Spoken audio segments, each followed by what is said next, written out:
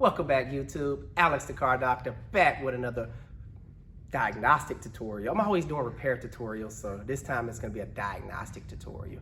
As you can see, my shop is looking very skimpy behind me. On my last video, I explained to you why I was being kicked out of my shop, so make sure you check that out. I give a brief tour of my new location. But today's patient we're working on here is a Ford Focus. I do believe it's a 08. Yes, it's an 08 Ford Focus. And I'm gonna be basically talking about what your car is telling you. And if it's telling you something, how to look at it yourself. You don't have to really take it to a repair shop. You can actually do it yourself with simple tools like a jack and jack stand. And this applies to any vehicle. So first off, this customer came in, well, it was towed in, her wheel fell off.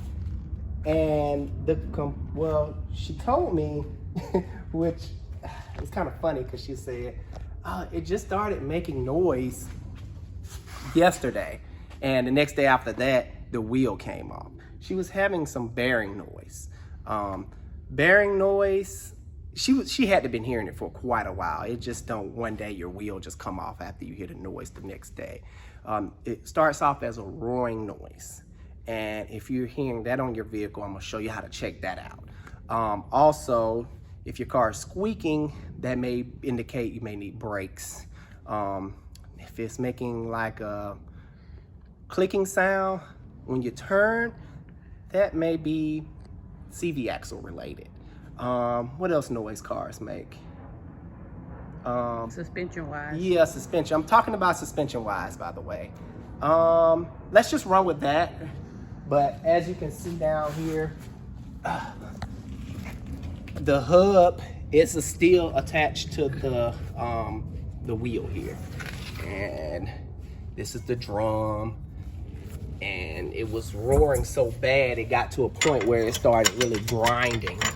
And at that point, all the little ball bearings fell out and the wheel just came completely off, damaging her car. You know, this is a very, it's a safety concern. So you cannot ignore any kind of noises. I know some of you guys like to ride with your radios up, but sometimes take the time out to turn that radio down and listen to your car, what your car is telling you every now and then. So let's start off by checking if you do have a bad wheel bearing, how to check for it.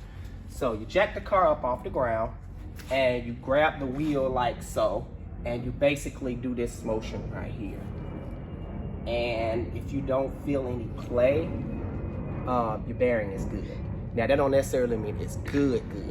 You also can have a friend go in there and spin up the wheel, and if you're hearing any kind of roaring or loud roaring noise, your bearing is bad as well. So it can be making noise but don't have any play.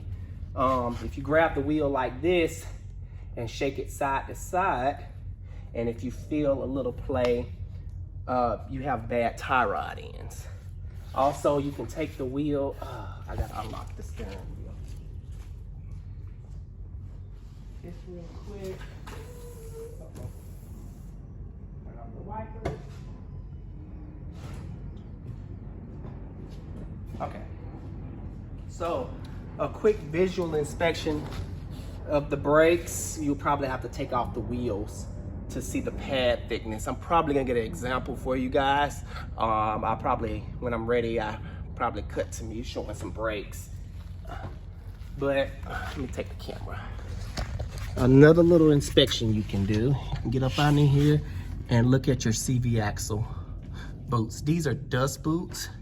And if they're cracked or split open, you will start seeing grease splatter around everywhere. You have two of them. You have an inner, there we go. You have an inner and you have an outer.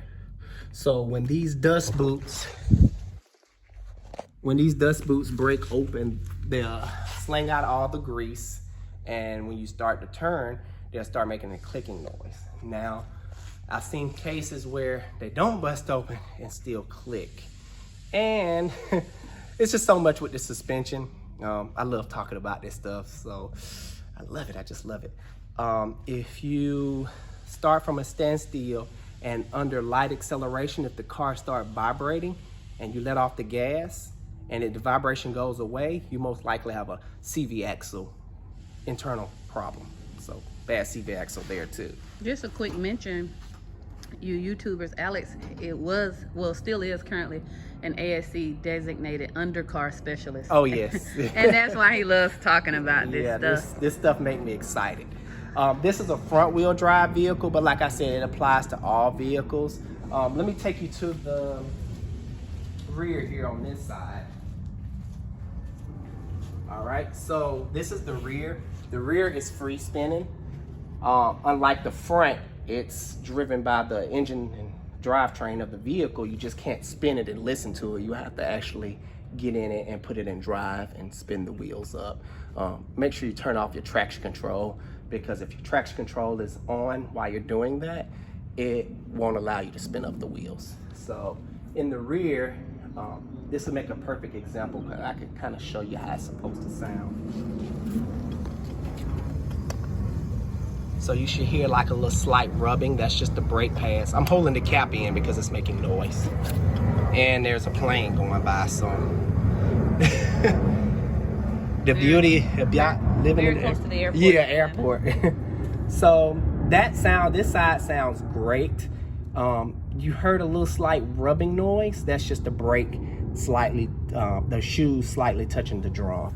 But same over here, everything is tight, so she just really had problems with that one side.